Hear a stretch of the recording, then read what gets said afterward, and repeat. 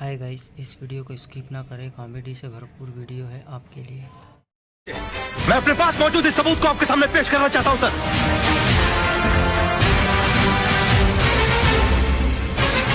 ये क्या है भाई?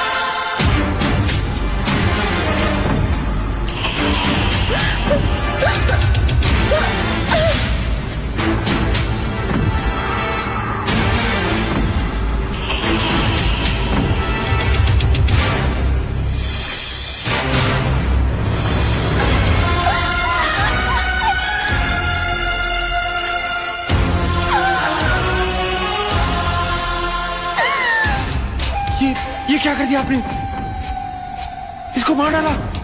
मैंने तो डरा धमका के मकान खाली करने के लिए कहा था, आपने मर्डर कर दिया इसका।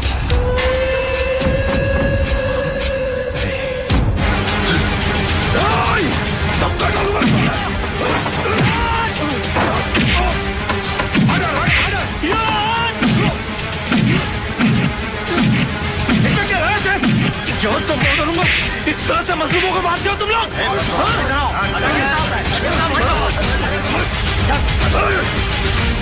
मैं छोड़ू मुझे।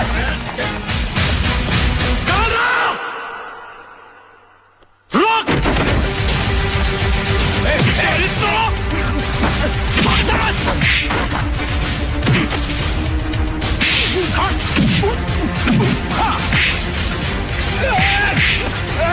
चल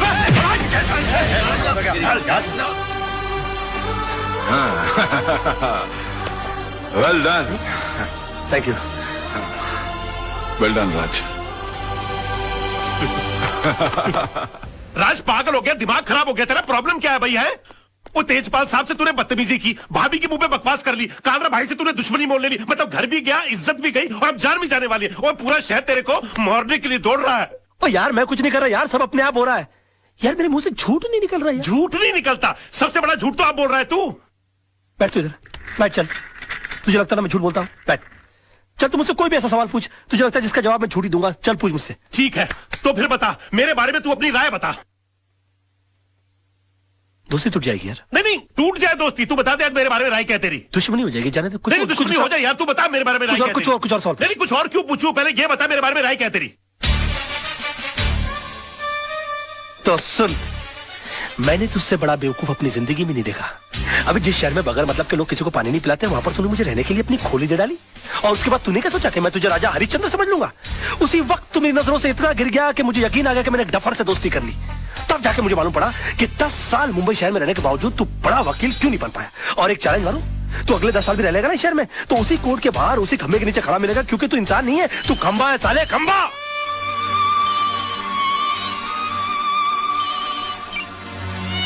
हेलो, अब बाद में फोन करेंगे प्लीज।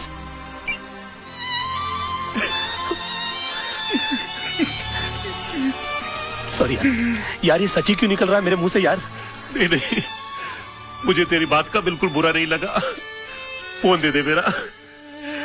बल्कि मुझे तो आज बहुत खुशी है, तू वाकई में सच भी बोल सकता है। काश ये सच बोलने की आदत तुझे बहुत पहले पड़ गई होती, तो इतने बड़े घर में तू अकेला नहीं होता, भाभी घर छोड़ के नहीं जाती, चिंटू तेरे साथ रहता।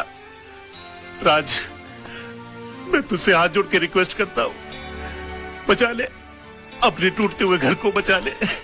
एक और सच बोलूं मोहन, ये तू ऐसे करता है ना, मेरा दिल करता है कि एक लाफा मारू खींच के तुझे यार। ये क्या करता रहता तू? मास्टर आदमी है, एकदम मास्टर।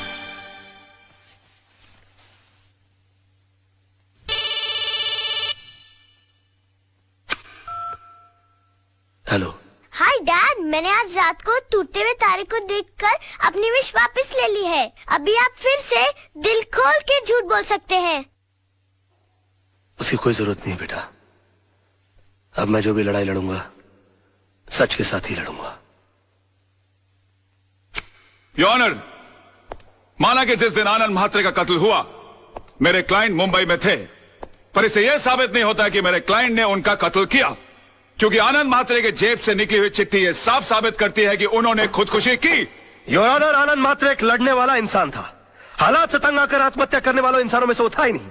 और डिफेंस के कहने के मुताबिक अगर उसने हालात से तंग आकर आत्महत्या की है तो मैं उन हालातों के बारे में जानना चाहूंगा। योर ऑनर, आनंद म्हात्रे की खुदकुशी करने की वजह थी उसकी बीवी की बेवफाई और बदचलनी। Objection your honour. डिफेंस मेरे क्लाइंट के ऊपर बेबुनियाद इल्जाम लगा रहे हैं। वो एक निहायत ही शरीफ बेवा को बदनाम करने की कोशिश कर रहे हैं sir. 1 minute my friend. Your honour, I can prove it. Mishra ji, आप मरहूम आनंद म्हात्रे के पड़ोसी हैं? हाँ साहब, 20 साल से मैं उनका पड़ोसी हूँ। तब तो आपको पता होगा उनके घर कौन आता था कौन जाता था। जी हाँ। कोई ऐसा खास आदमी जो उनके एब्सेंस में आता था? हाँ जी, आता था। कौन? वो जो पतले से आदमी बैठे हैं ना, वो। हाँ साहब, ये आदमी अक्सर इनके घर आया जाया करता था। किस वक्त? साहब, आने जाने का कोई टाइम फिक्स नहीं था। कभी दिन में भी आता था, रात में भी आता था। क्या करने आते थे? अब साहब, क्या करने आते थे मैं क्या बताऊं। सब घर का दरवाजा बंद होने के बाद घर के अंदर क्या होता था, क्या करता था, मुझे नहीं मालूम साहब। और ये जनाब जाते कब थे? हाँ, आनंद भाई के आते ही फौरन निकल लेते थे साहब। हाँ योर ऑनर, ये सच है कि कल रात बिरात आनंद म्हात्रे के घर जाता था, लेकिन इनका घर खाली कराने की धमकी देने जाता था। नो योर ऑनर, ये वाकई आनंद म्हात्रे की बीवी से मिलने जाते थे। मैं अदालत से रिक्वेस्ट करूंगा कि काला भाई को कटघरे में बुलाया जाए। आ जाता था। प्यार किया है, कोई चोरी थोड़ी की है। जी नहीं, ये झूठ बोल रहा है। एक बात बताइए काला भाई, आपके मिसेस म्हात्रे के साथ संबंध किस हद तक थे? क्या बात कर रहे हो साहब, प्यार की भी कोई हद होती है क्या? यूं समझो कि सारी हदें टूट गई थी साहब। योर ऑनर प्लीज, ये आदमी अपने बॉस को बचाने के लिए घिनौनी हरकतें कर रहा है। अभी रहने दो वकील साहब, क्यों अपन का मुंह खुलवा के किसी औरत की भरी अदालत में इज्जत उछाल रहे हो? अभी जब मुंह खुलवा दिया है तो सुनो, एक लेडी कांस्टेबल को बुलाओ, उसको बोलो ये औरत के साथ लेडी बाथरूम में जाए और चेक करे। उसकी पीठ पे एक ऐसी जगह तिल है जो बचपन में सिर्फ उसके माँ बाप ने देखा है, शादी के बाद उसके पति ने देखा और रोमांस करते टाइम अपुन ने देखा है। प्रोसिक्यूशन के पास कोई और दलील, कोई सबूत बाकी है? हाँ योर ऑनर है, लेकिन उसे पेश करने के लिए मैं एक छोटा सा ब्रेक चाहता हूँ sir. Okay, time is granted. जब भी ब्रेक लेता है कोई ना कोई कांड करता है, इसमें नजर रखनी पड़ेगी। यार मोहन प्यारे, ये कितनी बड़ी मुश्किल की बात है। जब तक मैं झूठ की जंग लड़ रहा था तब तक मेरे पास झूठे गवाह और झूठे सबूतों की लाइन लगी हुई थी, और आज जब मैं सच की लड़ाई लड़ रहा हूं तो मैं कितना तन्हा और अकेला हो गया हूं। ओ मेरे भाई, अब अफसोस करने से क्या फायदा भाई। जिस तरह तूने विनोद कालरा को बचाकर पांगे को फंसा दिया, उसी तरह आदर्श ने आनंद के खून को खुदकुशी साबित करके उसकी बीवी को बदचलन साबित कर दिया। अरे भैया, आजकल यही होता है सच की लड़ाई लड़ने वालों के साथ। हो सकता है अपने ये रिपोर्टर रजत का भी एक्सीडेंट ना हुआ हो, बल्कि उसका मर्डर हुआ हो।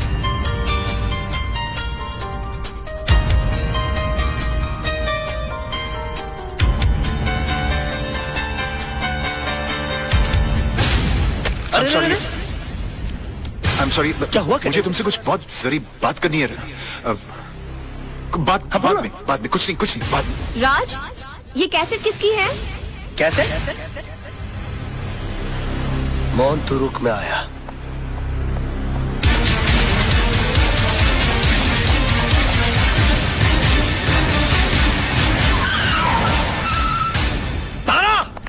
तारा, तुम यहाँ क्या करने आए हो? मैं तुम्हारी शक्ल भी नहीं देखना चाहती। तो हट जाओ मेरे नजरों के सामने से।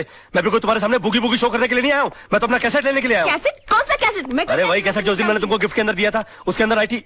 यही तो राइटी दी थी उसे मैंने। चाचमी, निकलो मेरे घर से, निकलो। अच्छा, पहले तो हमेशा फोन करके पूछती थी कब आओगे कब आओगे। अब घर में आता हूं तो बोलती कब जाओगे। तुम औरतों की अदा है ना, ऊपर वाला ही बचा है। देखो, ये पूरा का पूरा कबर्ड मेरी गिफ्टों से भरा हुआ है। हाँ, इनमें से आधी चीजें भी मैंने अगर अपनी बीवी को दी होती ना तो जिंदगी भर मेरे गाल चूमती रहती, लेकिन नहीं। अरे सड़क के ऊपर से कभी गजरा भी नहीं लेकर दिया मैंने अपनी बीवी को। पता नहीं कहा ये क्या लव लेटर संभाल के रखे हुए, पेट भर भर के झूठ लिखा हुआ मैंने इसके अंदर। मैंने तुम्हारे जैसा बेशर्म आदमी नहीं देखा। अरे और देखोगे भी नहीं, मेरे लेवल के लोग बार बार पैदा होते हैं क्या? वैसे एक बात बताऊं, तुमसे प्यार तो बहुत हो गया था मुझे, शादी के चक्कर में भी मैं आ गया था, फिर बाद में मुझे हो जाए कि मैं क्या कर रहा हूँ, मेरी बीवी बच्चा तुम्हारी सबकी जिंदगी बर्बाद हो जाएगी, मेरा क्या? मैं तो साला बेशर्म आदमी।